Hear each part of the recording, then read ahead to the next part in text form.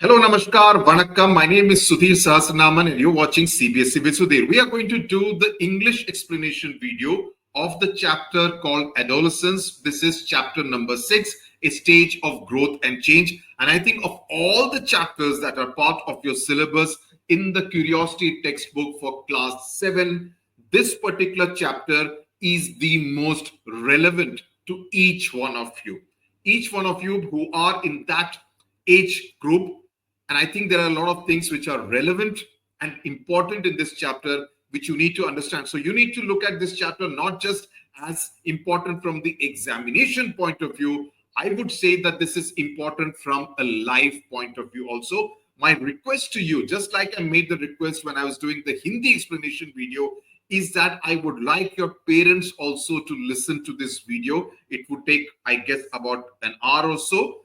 An hour or so, if you see it on 1.25x speed, probably would take a little less, but this is very important that your parents also listen to this video along with you. That's my humble request. Now, as you know, here at CBSE with Sudhir, I teach English, mathematics, science, Hindi, and social science for class 6, class 7, and class 8. So if you are a student in either of the three classes, this is the channel for you, because what I try to do is to kind of get you more interested, and not just from an examination point of view, that this is the chapter, this is something that you learn to get those marks. No, if you get interested, marks will automatically follow. There is this great saying that, don't go around chasing the butterflies, because if you chase the butterflies, you will never be able to get the butterflies. But instead, if you focus on developing a garden, the butterflies will come automatically. And that's my effort here at CBSE with Sudhir.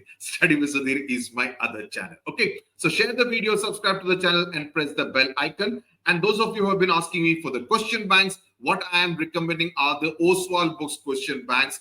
I'm not talking about the workbooks, because workbooks, different schools suggest different workbooks. I don't want you to spend more money of your parents. But if you have not bought any question bank till now, this is the question bank for Hindi, science, Sanskrit, English, social science, and maths. I've bought 5 of them, barring Sanskrit, which I don't teach. So this is the one for science. I really think it's very good because it contains mind maps, it contains notes, it contains practice papers, it contains the answers to all the NCERT book questions, it contains extra questions and answers. And therefore, this book, like that of mathematics, English, and Hindi, particularly impressive, is something which you could look at. The link to buy it on Amazon is in the description box. If you wish to buy on oswaldbooks.com, their website, you can use my discount coupon code, because I'm an author there. So I've got this author coupon code Sudhir10, which you can use in order to get additional discount. Okay, information point over. Let's now get down to adolescence, a stage of growth and change. Now, here we are going to talk about both human beings as well as plant life. Now, when you see a plant, right, it generally starts with the germination of a seed. The seed, when it gets the right kind of conditions, weather conditions, be it in terms of the soil, the humidity, the water availability, and the sunlight, that's when it germinates and becomes a sapling, right? That's something which you know about. It becomes a sapling and then matures into a young plant. And this particular journey from the seed to the plant obviously goes through different stages, and that manifests itself, that is visible in the form of its height, in the form of its leaves, those young leaves that come, right? And then in the development of flowers, fruits, depending on what kind of a plant it is, and new seeds, which are then going to lead to new life, right? And that's how the plant cycle really goes on. We will be studying this in greater detail in the plant life processes chapter. So if you look at this particular thing, you would see the first one, the plant kingdom. From the seed is where the sapling is coming. Now let's look at how it is for animals. Now, animals also grow and reach maturity before they can reproduce. Some animals lay eggs that hatch into young ones, while others, like human beings, directly give birth to young ones. There are many mammals, like a goat, like a cow, like a dog, gives birth directly to their young ones. But there are some animals like hen which lay eggs, and that's where the newborns get born, right? So that's how the entire process takes place. So if you see here, this is the plant kingdom, right? This is the plant kingdom where it comes from a seed, right? This is the eggs of the hen which hatch, and the young ones, the young chicks, yellow, light cream in color, they are the ones which come out. Then you have the animal kingdom, like for instance, the giraffe and the young giraffe, the tiger and the cub, the lion and the cub, right? So they are the ones which directly give birth to the young ones, as is the case with the human beings, where human life also comes directly from the mother, right? So this is how the journey of life really begins in different kingdoms: the plant kingdom, the eggs that hatch, the animal kingdom, and of course, the human life. Okay, so then we will get down to the human life cycle. Let's look at this very fascinating chapter. Okay, so the journey of life of a human can be divided into different stages. One, of course, is the infancy, when you are crawling, when you do not know how to walk, and then you start taking your first baby steps. Ask your parents how it would have been. Have they recorded it on video or in photographs? The first step that you took, you would have held on to something of your height. Fascinating period. The childhood, then the adolescence, right? Adulthood, and then old age, right? Each one of you is, I would reckon, is a teenager or getting into teenage right now. So each person experiences these stages at their own pace, and the duration of each stage can differ from one individual to another. Now, from infancy, now obviously I am not like what I am right now, what I was at the age of 10, when I was your age, 10, 11, 12, or when I was 20 or 25 or 30. I'm obviously not at that age. Things have changed, right? I should have probably put out some of my childhood photographs, my growing up year photographs some other time. Okay, so our bodies obviously undergo various changes. Like my voice, the way it is right now, it would not have been the case when I was 8 years old or 10 years old, right? Then my voice would have been developing. But now as an adult, my voice is very different. It's much more bass. It's much more modulated, right? So around that 10 to 12 years of age, the age at which you are right now, most of you, I would reckon, are 12-year-old children. So most changes are related to your height and weight, also to an extent to your sound box, right? To your height and weight. So your weight is increasing, your height is increasing, and this applies both to girls as well as boys. And then there are different kind of changes in your human body that occur. And why I said that your parents also must listen to this video is that there needs to be a certain responsibility with which we treat our own human bodies, and we also give dignity to someone else at this point in time. Because many a time, a lot of children, basically because of lack of maturity, lack of understanding, lack of knowledge, say things which can be extremely hurtful. So please, if you are my student out here, please promise me that you will never behave in a way that will hurt someone else. That is something which should never be done. Body shaming in particular is something which is absolutely negative, reprehensible, which means something which should never be done. And I would want my students never to indulge in anything like that, both girls and boys. Okay. So human beings, like most other children, cannot reproduce immediately after birth, right? It's not like, it happens in the other things in the animal kingdom, etc., right? So their bodies, our bodies need to grow and reach a stage of maturity before we are able to reproduce and give birth to younger ones, right? So there is a process which takes place. And as human beings grow and develop, they experience significant physical, emotional, this is very important. This is very important. Behavioral changes along with the ability to reproduce. Reproduce is only one part, but physical changes is also something. But the kind of emotional development, which is why it's so important, people say that IQ is not so important as EQ. EQ is emotional quotient. How much of emotional intelligence you have is what makes a huge difference. And some of these things are internal. Some of these things like height and weight, obviously people can say, oh, you have grown very tall. You have put on weight. Your sound has changed. Your voice has changed. Your voice quality has changed. But certain things are not visible, like How strong are you emotionally? Whether you are emotionally very vulnerable and very weak, that you cry at the drop of a hat, or are you very strong that come what may, bring it on, I will face it? Different people, different children are wired very differently. And this period of time between age 10 and age 18 is when the maximum changes take place in both boys and girls. So this period is extremely critical. This is also the period when there is the maximum academic pressure. So you need to be very careful and responsible during this particular time period. Okay. So when you are talking about growing with age, the teenage years, now during the summer vacation, as usual, science books tell us the story. Venkatesh visited his grandparents, and as he entered this house, his 12-year-old cousin Devyani came running to greet him, and she says, Venkatesh, wow, you have a thin mustache now, right? So Venkatesh says, you have become so tall, Devyani. And she says, your voice has also changed, right? So these are the changes that are taking place. So you can kind of understand, we'll try to understand why they are saying what they are saying, right? So you can do this experiment, this activity in your class, the different changes, you can put your name. This is an activity which you can do. What is it that you will come to know is that this stage starts from 10 years of age and can go up to 19, 18, 19, right? This stage of development between childhood and adulthood is what is known as adolescence. And that's why the title of the chapter, right? So what happens in this age group? From birth, our body undergoes continuous growth and development, including an increase in height. However, the increase in height becomes more prominent during adolescence. Your maximum height increase happens actually during this period of between age 10 and age 18, right? So you are all growing by the inch.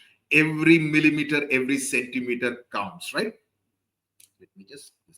So if you are looking at the different stages, this of course is a fetus within your mother's body. Then after the delivery, the baby comes out. Then there is the childhood. Then there is the adolescence. And then there is the adulthood. And then there is the old age, right? So you are at this stage right now. Okay, you are all at this stage. This is another way of showing it. In the case of a man, the baby, the boy playing, the adolescence, the adult, and old age. Similarly, the girl baby playing, this is the adolescent, the adult woman, and the elderly woman, right? So when you're talking about adolescence, it is a stage of life between childhood and adulthood when a person goes through physical, emotional, and mental changes. It's a time when children grow up into adults, because you are going through towards the age of 18 when you will be officially recognized, legally recognized as an adult. Their bodies change, they become more independent, they also become very rebellious, right? So parents who have these 12-year-old children, be prepared for very rebellious children, right? Their thinking becomes more mature. They think they are very mature, but they would make mistakes. So it's the job and the responsibility of the parents to guide, which is why I wanted parents also to listen to this video. I am saying this as the parent of a 22-year-old. So I have gone through that experience, so I know exactly what I'm talking about. It usually begins with the age of 11 or 12 and continues till about 18, 19. And the teenage part is a part of adolescence. That is between 13 to 19, 18, 19 is when you are called an adolescent, right? Teenage, right? So teenage is that part, but between 10 and 18, 19 is when you are called an adolescent, right? So that's what really happens as far as this. So let's come back to what is there in the textbook. Changes in body structure, weight gain, strength. So as boys grow, it might be seen that along with growing taller, they gain weight, their shoulders become more broad, their chest may become wider. The girls also undergo change in height, in weight, and other body changes like development of breasts. Okay. Then there is a change in voice. In adolescent boys, you will see that the growth of the voice box leads to a voice that sounds a little hoarse. It's not otherwise. Before the age of 10, 11, 12, their voice would be pretty much resembling that of a girl. It would be a little more squeaky. It would, in some cases, be a little more sweet. But as you cross the age of 12, 13, your voice becomes more hoarse. It becomes a little more rough. Okay, 1 minute. Just cleaning the camera. The voice box. Now here there is a voice box, which is where my voice is coming from. The voice box structure in our throat is the one which is helping us to speak. The growth may seem as a bump in the throat here, okay, in the throat region, and that's what is called the Adam's apple. Not that it will be noticeable in every individual. In my case, it's not so noticeable. You may say in some cases it's very pronounced and almost like protruding. So the voice box also grows in adolescent girls, but it is not as big as boys. And therefore, in the case of girls, the voice change is very little. But in the case of boys, the voice change is very, very noticeable. That's one major. So you would get a question on what are the different changes that are taking place. And in the case of sound, the voice, what is the organ which is responsible for it? Then the appearance of hair in different parts of the body. Both boys and girls experience the growth of hair in different parts of the body, like the armpits and the pubic region. Boys develop facial hair, which later grows into a mustache, a beard, etc. Boys may also develop chest hair, back hair, and some, but it again depends, it also depends genetically to a large extent, right? Whether genetically you have in your generation father, grandfather who have had chest hair, back hair, etc. It depends entirely on that, right? Then there is changes in the facial skin, the emergence of pimples, which many teenagers typically deal with, right? Which is called acne in normal language, where you have those red pimples coming on the thing, which ideally speaking should be dealt with in the natural way, right? You can apply turmeric, which is haldi, etc., instead of going in for these expensive creams, which frankly speaking do not really make much of an impact, right? Now these are commonly visible on the face. It basically also happens because of an increase in the oily secretions from the skin during the adolescence. Because please remember, in your entire structure, this entire machine, a lot of changes are taking place internally, which you are not seeing externally. Externally, it manifests itself in the form of things like pimples, right? In the form of acne. This may lead to infections. So pimples are basically a manifestation of whatever internal changes like oily secretions that are taking place inside your body, which is why this particular chapter, as I said right at the outset, is about knowing your body, right? And please know that what you should eat, everything, how you maintain and keep your body well, because this body is your biggest investment. This body, which includes this mind, is your biggest investment. So you need to take care. All of us need to take care of our body, because if your body is not giving support to you, to whatever you want to do, you can't achieve anything in life, right? Another thing which you need to remember is that the change in height, voice, facial hair, it basically varies among individuals. So you should never make fun of somebody. Oh, you are not grown tall at all. Look at my height. I am reaching 5'5", whereas your height is only 4 feet 2 inches. Never, ever. And promise me, you never, ever will make fun of anyone's height, weight, pimples, voice, or any other body part.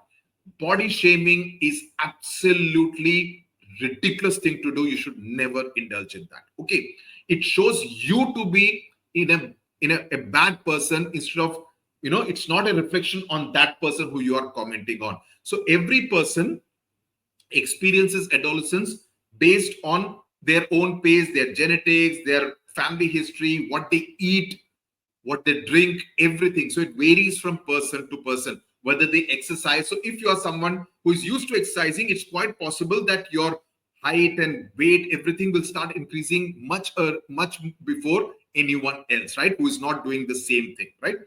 Now we have understood some of the changes that take place during adolescence, particularly those which are easily observable, which are like change of voice, the growth of facial and chest hair in boys, the development of breasts in girls.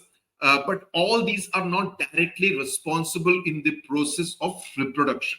Please remember that, because there are a whole lot of myths, and unfortunately students go to stupid websites to get information, which is again a lot of nonsense, which is why I wanted parents to do this. So if you have any doubts, Ask your mother, ask your father, instead of asking any friends or looking at some websites where you are like more likely to get information which is not reliable, right? So please rely on the proper sources of information to know more about your own body. Okay. However, the fact that these changes distinguish the males from the females, right? So that really happens because of which, well, but they're not involved in the process of reproduction. And for this reason, they are known as the secondary sexual characteristics. They are not they do not have a role to play in the process of reproduction. However, they help distinguish males from females. That's what really happens. Now, secondary sexual characteristics are natural signs that the human body is preparing for adulthood, right? And these also mark the onset of what is known as puberty. This is an important term which you need to understand. What is puberty? Puberty is applicable both to girls as well as boys. It is a stage during which the body of an adolescent boy or girl, it undergoes external changes like the ones that I mentioned, also internal changes that help the boy or the girl to develop into an adult who is capable of reproduction and giving birth to a young boy or girl, a young child, right? An infant, a baby. So puberty is that. So what is it that you need to know? You need to understand puberty and you need to understand the secondary sexual characteristics. I hope it is clear till now. Now, what are the changes that indicate reproductive capability, right? That how do I know whether this person is capable of giving birth to a young one? Now, when we are talking about adolescence, it is what really happens are the external changes, the height, the weight, the voice, the facial hair, the development of breasts, etc. Right? There are also internal changes which people obviously are not able to notice. One such change is the maturation of different parts of the body which are involved in the process of reproduction. Now, both boys and girls experience, and I want this to you, both girls and boys, to listen to this, because boys have this stupid notion that, this girls kind of thing, they are cranky, there's a stupid talk. I mean, as someone who has gone through the stage, I can tell you this. I'm sure your father will also agree with this. And it's very important for you to be responsible boys. A responsible, understanding boy is 1,000 times better than a boy who's essentially who behaves in a stupid manner, right? And I'll tell you why I'm using these words. Both boys and girls experience such changes gradually, and they are the part of the natural process of growing up. What happens now is an important internal change that happens with adolescent girls in particular. And this can happen from any age after 10, 11, 12, whatever, right? And that is the onset of what is called the menstrual cycle. It occurs every 28 to 30 days, right? If you're a healthy girl, it will happen on the dot at the right time, right? If you are not eating healthy, or if you're going through various mood swings, if you're emotionally disturbed about something, if you have fallen sick, etc., like if you have a bout of typhoid or jaundice or malaria or dengue, then the period cycle can change. But otherwise, every 28 to 30 days, you will get the menstrual cycle, what is referred to as the period, right? That's how we refer to it. Many healthy girls may have longer or shorter menstrual cycles ranging from 21 to 31 days. That I said, it can differ depending on various other factors that I just now mentioned. Why is the menstrual cycle important? It is an important natural process because it's an indication of good reproductive health. It is preparing the body for reproduction, right? So that is what the menstrual cycle essentially does in the case of girls. So the phase of the cycle, the menstrual cycle, what really happens is that there is blood discharge from the body, which is known as menstruation. Blood discharge, and don't have this thing of, oh, yuck kind of thing. There is nothing yuck about it. This is life-giving. And I want boys also to be conscious of it, because there are many times it happens. And let me say this very openly, right? See, I will also be very honest. When I was growing up, I think because of our generation, my mother never told me about all these things. My father never told me about this. So, I never used to understand what was happening with my sister, who is 2 years younger, right? But when it came to my daughter, I know everything. My daughter, Teju, openly says, Appa, I just finished with my periods. There is no shame in it. So I feel it is responsible parenting. And I want today's generation boys to be more responsible and aware and sensitive and sensible than our generation of boys. Let me be very open about this. And it is very important for parents to tell their sons about the menstrual cycle so that they don't behave in a silly and stupid manner. It is quite possible that in the school, a girl forgets to bring the sanitary pad, and you may see that her skirt has got a blood smear mark. You cannot for heaven's sake make fun of something like this. It is your job, it is your responsibility, if you can, to kind of highlight it quietly only to her so that she's aware, and help her if in any way you can do that. If you can get a sanitary pad or you can help in any way, you need to be sensitive about, because they are your friends, they are your partners, they are your colleagues, they are your classmates, right? So you need to be sensitive about such things instead of behaving in a manner that kind of shows you in a very negative light. So the phase of the cycle when blood discharge occurs from the body is called menstruation, which can last 3 days, 4 days. Generally, it lasts for 3 to 4 days, but in some people, it can last up to a week also. Again, it depends on how healthy you are. The girl is emotionally fine, not doing things which are physically very strenuous. So it depends on various other factors, right? So some girls also, most girls, they feel a lot of muscle cramps at this time, right? Which can be extremely painful. Again, which is why it's so important to be considerate and kind to girls, especially during that period of 3 to 7 days, right? When the blood discharge is happening, cramps happening, you can take a menthol spa and those kind of tablets, but it is not a period where girls can really be at their best peak fitness levels, right? So some girls may feel or discomfort in the lower abdomen during those days, but usually by the age of 45 to 55, it again depends from woman to woman. Anytime after 45 or 50 is when the menstruation process stops, right? And that marks the end of the reproductive ability or capability of a woman's life. She cannot give birth to a child after that age once the menstrual cycle, the process of menstruation has come to an end. I hope this is clear. See, I have no qualms in talking about this. I am a male educator. I have absolutely no qualms and talking about this straight and to the point. There is absolutely no shame in something like this. Okay.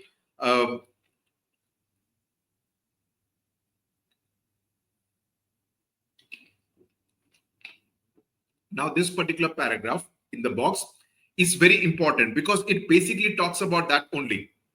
That there are many wrong beliefs. The girls will not be allowed to come to the kitchen during that time. The girls will not be allowed to go to the temple during that time. Why? This is a process of preparing the girl for giving life.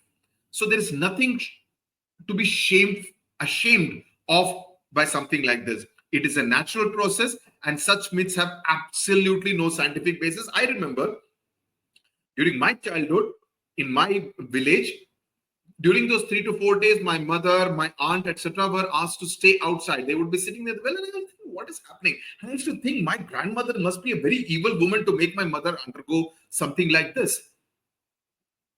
The logic at that time was that during this time, the women should not be working. But it's also that the women were not allowed to enter the kitchen during that time. And during that time, the main house and outside the well is where they would sit and all that and read magazines and generally rest. I think it's very dehumanizing in many ways. You can allow them to rest inside the house instead of treating them like an outcast. And I'm glad that in today's day and age, that kind of practice largely does not happen, at least in the cities and towns, right? Most educated people would not behave like that, right? So it's important that society understands and promotes good reproductive health of women, because that's very important. And during this time, another thing which is very important is that girls have to take care of their hygiene. The menstrual hygiene is very important. So if you are using a sanitary pad, which you would be, You should take care to dispose it in a responsible kind of manner, not just carelessly throw it around here and there. So these kind of menstrual hygiene is something all girls have to do. You cannot leave it to your mother to do it for you. So these are things which you should know. And as I said, I have no qualms, or I don't feel shy to talk about this absolutely straight. Okay.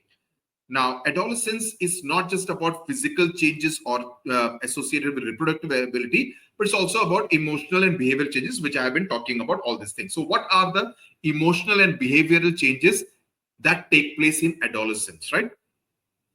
What you would have is mood swings.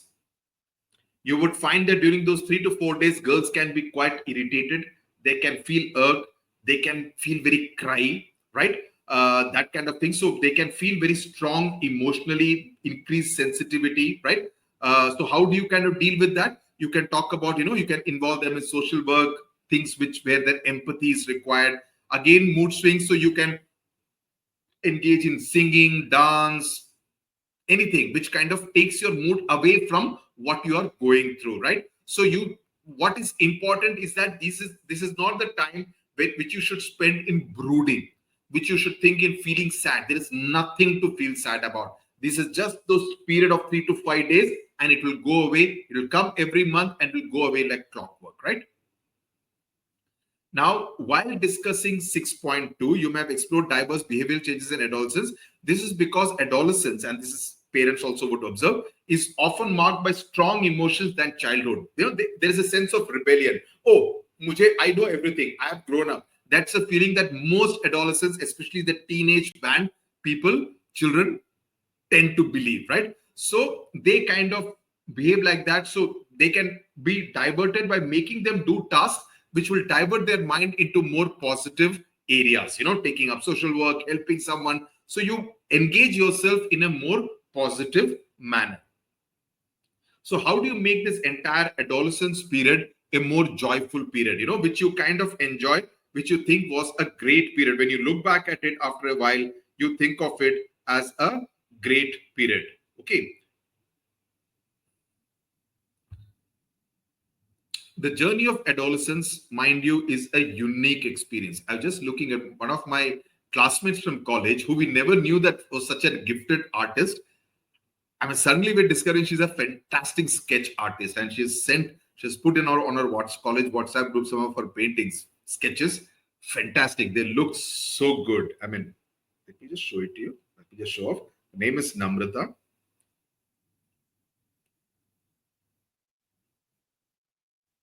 Look at this. I hope you can see this. How beautiful she has made. Look at this. The attention to detail, so much of detailing of just that hair. Each and every strand you can see very clearly. Great. Now, the journey of adolescence is a unique experience. Now, a lot of things happen during this. And one of the most important things is to take care of the nutritional needs. You got to eat healthy, because unless you eat healthy, you will not put on the right kind of weight. You will not increase in height, right? So the right nutrition is extremely important during this age. We have already studied a chapter called mindful eating, which was, I think, chapter number 3, if I remember right, in class 6, right? In which we spoke about different things: proteins, carbohydrates, minerals, fats, etc. So what is it that you really need? So these are the food sources and the nutrients, right? So the first one, let me show it to you with the answers. So what do these food sources provide? So the first one which you are seeing is milk, millets, curd, cheese, and paneer, right? Milk, millets, curd, cheese, and paneer, which are all the milk related products. So we get nutrients like calcium, proteins, fats, and vitamin B12 from these products. What do the millets do? They help in digestion by providing fiber. So millets have to be part of your diet. They also provide magnesium and zinc to support the body function. So please note all this down. Take a screenshot so that you can remember this. Note this in your notebook so that these kind of answers you can give to the questions, right? So what do the nutrients do is to help in bone development, bone growth, improve the vision so that you don't have to put a chashma at the age of 10 like I see many children doing now. They can boost immunity so that you don't fall sick very often. you support the muscular growth, and are they're good for your nervous system. So 5 things, please note it down: 1, 2, 3, 4, 5. Remember it. That's again very important. The second one, what is the food source that provides proteins? And this is the function of these nutrients. So the second one is proteins are provided by pulses. Chia seeds. I love chia seeds. I mix it. My wife mixes it with curd, buttermilk, and gives it. It's heavenly. I love chia seeds. Very nutritious. And nuts. So proteins are provided by pulses, chia seeds, and nuts. They're also provided by milk products and millets in some quantity.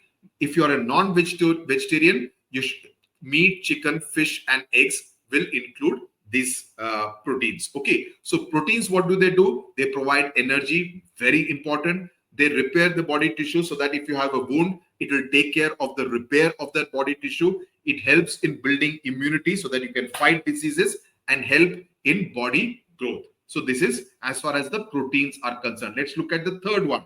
The third one is what is provided by spinach, palak, etc., kidney beans, right, rajma, etc., dried fruits like raisins and figs. So they provide iron, especially palak, etc., are a rich source of iron.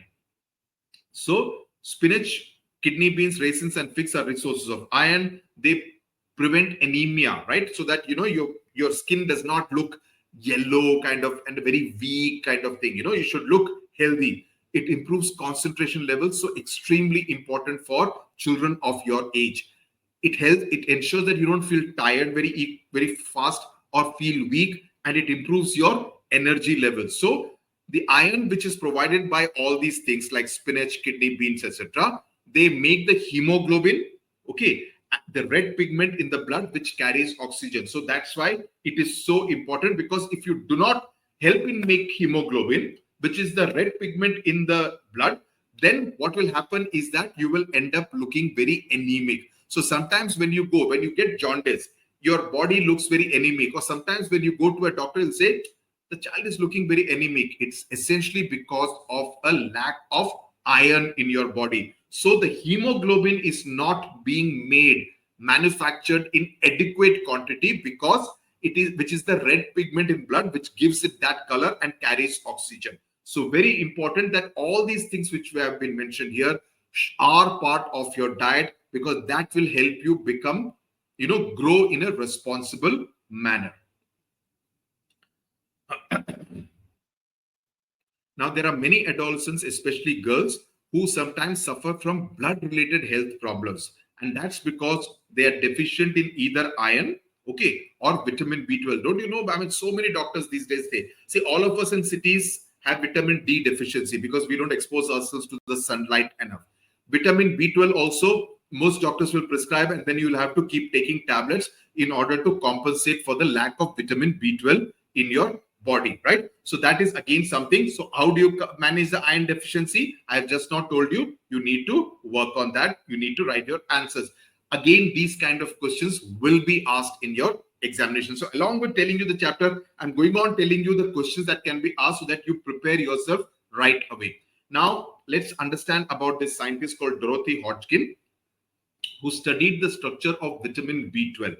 And in 1964, she became the third woman to win the Nobel Prize in the field of chemistry. Nobel Prize, as you know, is given for literature, for peace, for physics, for chemistry, for biology, etc. So vitamin B12 is very important for the functioning of the human body.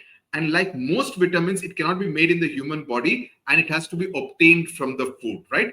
And that's what you need to understand. Where do we get the vitamin B12? I just now have spoken about different kinds of things which kind of get you. So this comes from the milk products like curd, paneer, milk, etc. That's what, and millets, which will give you the vitamin B12. Now let's talk about the personal hygiene factor. Okay, what exactly do we mean when we are talking about personal hygiene? Now, personal hygiene, body hygiene, as I mentioned, this is on the left-hand side is the sanitary pad, and you get all kinds of brands. And of course, many counters also give it free of cost, etc. For girls, maintaining hygiene during the menstruation is essential for both comfort and health, because otherwise you can get infections. So you need to be extremely clean, wash yourself very well so that you do not end up getting any other kind of diseases. So menstrual hygiene using items like sanitary pads, reusable cloth pads designed for this purpose, right?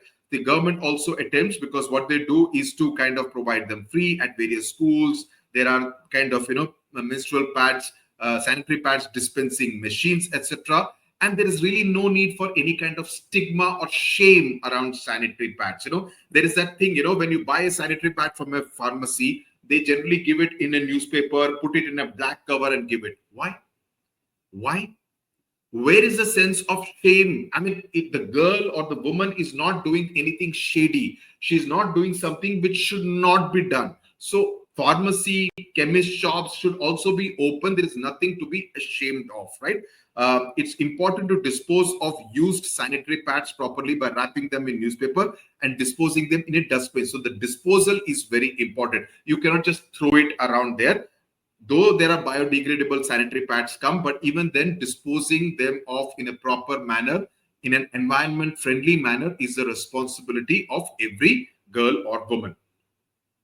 So in order to support menstrual hygiene, the government has introduced many measures. First one is the menstrual hygiene scheme. So what they do is the sanitary pads are provided free of cost or at a reduced cost to adolescent girls in the rural parts of India. And they also are made aware of what will happen to the body and the mind during this period of time. Then there is the Rashtriya Kishore Swasthya Karikram. Rashtriya means national for students from South India. Let me tell you, because it's in Hindi. Rashtriya means national, Kishore means adolescent, Swasthya means health, Karikram means program. So it's essentially National Adolescent Health Program. Okay. It aims to improve the overall health of the adolescent girls, including menstrual health and hygiene. It encourages peer education, that the other boys and girls should also be aware of what is happening to other children of their own age, your own sisters in your family, your cousins in your family, your girls in your neighborhood, right? Where also older children help the younger ones learn about this topic. Then there is Suvidha Sanitary Napkin Initiative. Suvidha is ease, right? So under biodegradable sanitary pads are provided at affordable prices through the Jan Aushadhi Kendras. The initiative aims to improve access to menstrual thing for women and adolescent girls. And then there are state level initiatives, like in Karnataka, you have something called the Shuchi scheme, which again provides free sanitary napkins, and also in states like Tamil Nadu and Odisha, right? Essentially, the idea is that, girls or women need not have to spend money for this or spend exorbitant amounts, because there are many branded products which obviously will be a little more expensive. It's also very important to engage in various physical activities at this time, so that, because at this time you get muscle cramps, etc. So if you are more fit, you are unlikely to feel the pain that much. So it's very important to play outdoor sports, whether it's skipping or yoga or football or any game like badminton, etc.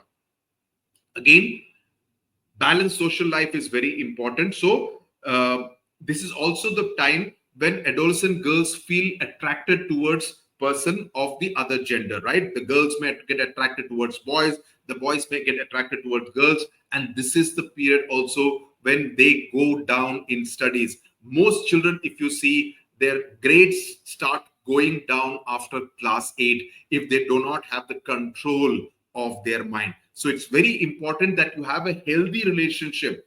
This is not the time to get infatuated or to have a crush or to fall in love, because all these things don't matter, because your mind is not fully developed. You are still a teenager, right? So it's only known as teenage love, which may not even carry through, right? So you need to wait for the right age to like a person. You may like a person, but like that person as a good friend. Be a friend, help the person, try to understand each other. Friendship is the relationship. Friendship is the emotion on which you need to focus at this point in time, because if you do not focus on your academics, or if you are pursuing some sport, right? You want to be a brilliant cricketer or a footballer or a hockey player or a badminton player or a chess player, you need to do that, So if the top players ensure that their mind remains focused on what they are pursuing, it can be cricket, it can be badminton, it can be mathematics, it can be science. So this is the time when you need to focus. But if you focus more on things like, falling in love, crush, and that kind of thing, then you just get distracted, and that's the end of the world. then you will just be mediocre. And trust me, I'm saying this with all the experience that I have. No one is going to fall in love with a mediocre person. Every girl, every boy wants an achiever, not someone whose mind is so weak that they get distracted by few things or to see things. Parents, please take care of what your child is watching on the laptop, the phone, the tab, right? Ensure that screen time is restricted and restricted only to academic purposes like this one.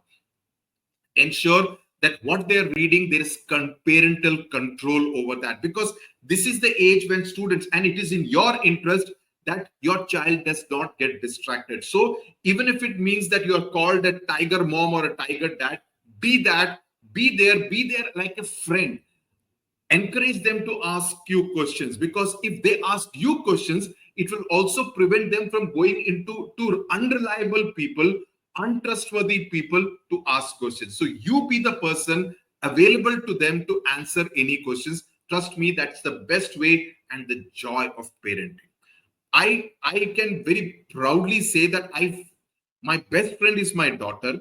I enjoy the time that I spend with my daughter. I enjoy talking to her every time. My face lights up when she calls me, right? Of course, now she's pursuing her MBA in Jamshedpur, etc., right? So it's like that. So you need to be there as a friend, right? That's very important, because then only you can kind of manage the thing, because these kind of feeling attracted, feeling distracted, all that would happen.